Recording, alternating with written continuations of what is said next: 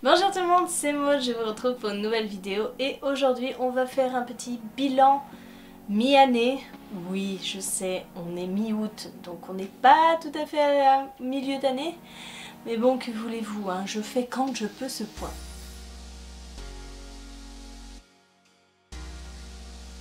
Comme je vous le disais, c'est plutôt une période charnière en ce moment pour moi puisque vous l'avez vu dans mon vlog, je vous l'ai annoncé sur Instagram, etc., les réseaux, etc. Si vous me suivez, j'ai changé de job, j'ai passé 10 ans de ma vie à planifier des pubs radio et à présent je travaille en mairie, je fais du secrétariat de mairie, donc c'est complètement différent.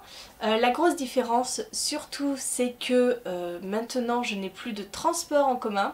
Avant, j'avais plus de 2h30 de transport en commun pour faire l'aller-retour de chez moi à mon travail. Maintenant, je travaille à 2 minutes de chez moi. Voilà. Donc, en gros, ce qui change, c'est que mon temps de lecture s'est nettement raccourci.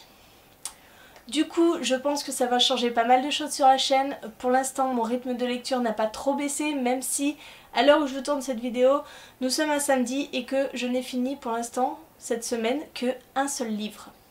J'en ai 2 autres en cours, mais je n'ai qu'un livre de fini. Alors que d'habitude, le mardi, je pouvais vous annoncer que j'avais fini un livre. Voilà, je lisais un livre à peu près tous les 2 jours.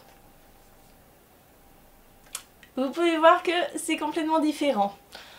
Bon, après, à partir de septembre, ça va peut-être changer aussi, puisque Julia retournera à l'école.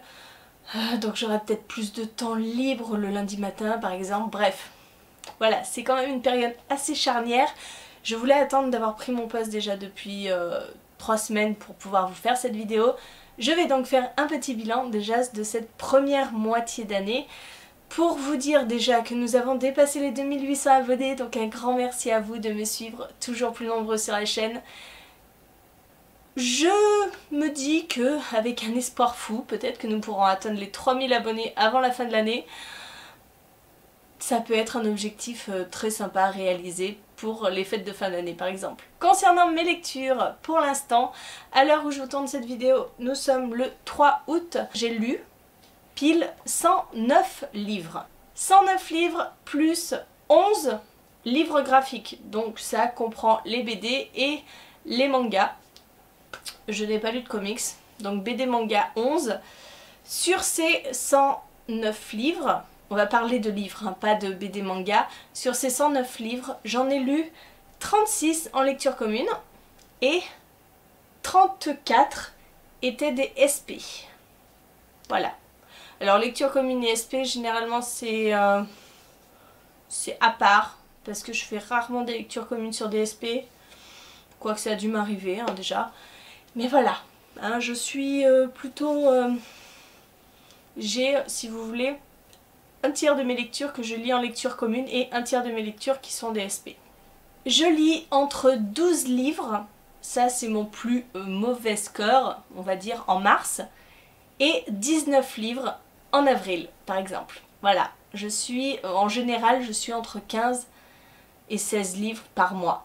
En termes de pages, ça équivaut à 5449 pages pour le plus mauvais mois et 7800 pour le meilleur.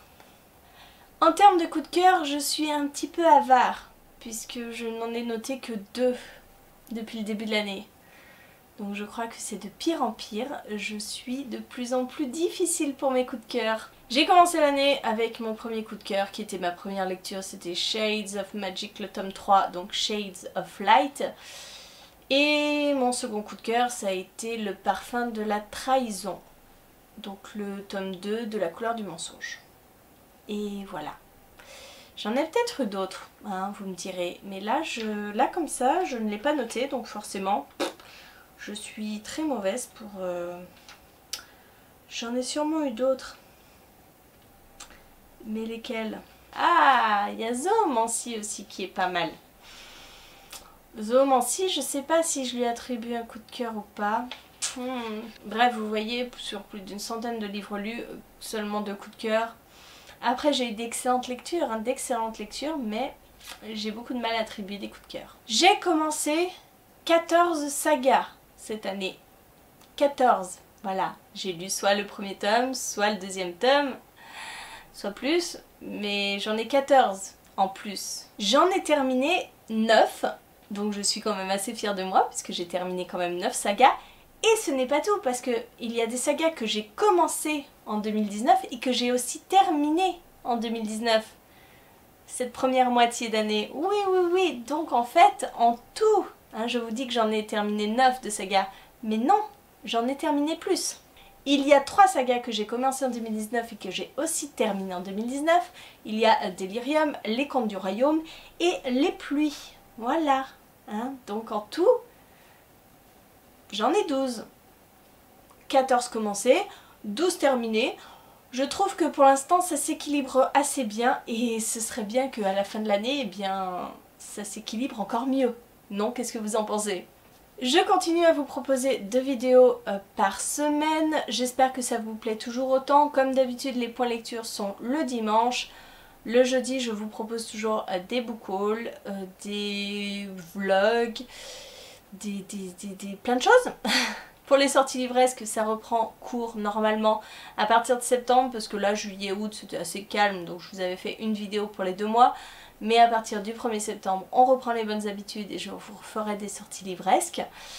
Que vous dire de plus? Eh bien écoutez, je pense que ce petit bilan est terminé. C'est une moitié d'année qui a été encore riche en rencontres, riche en salons, puisque j'ai fait quand même les oniriques en mars et les imaginales en mai.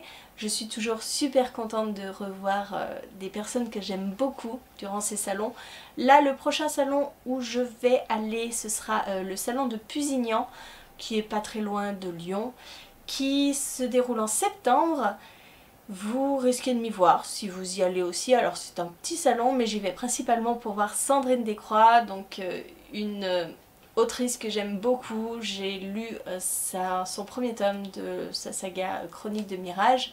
J'ai aussi lu d'elle La princesse du fond des temps. Et puis c'est surtout ma copine de lecture commune sur les Percy Jackson et les héros de l'Olympe. Donc voilà, ça fait quelques années maintenant que je la connais et je ne l'ai encore jamais rencontrée en vrai. Donc Sandrine, prépare-toi, samedi je viens te voir. Et j'espère aussi être au salon de Montreuil cette année. Ce serait génial si je pouvais m'y rendre, parce que ce salon me fait rêver depuis pas mal de temps. Alors je sais, c'est un énorme salon, il y a toujours beaucoup de monde, mais j'ai envie quand même de le vivre au moins une fois.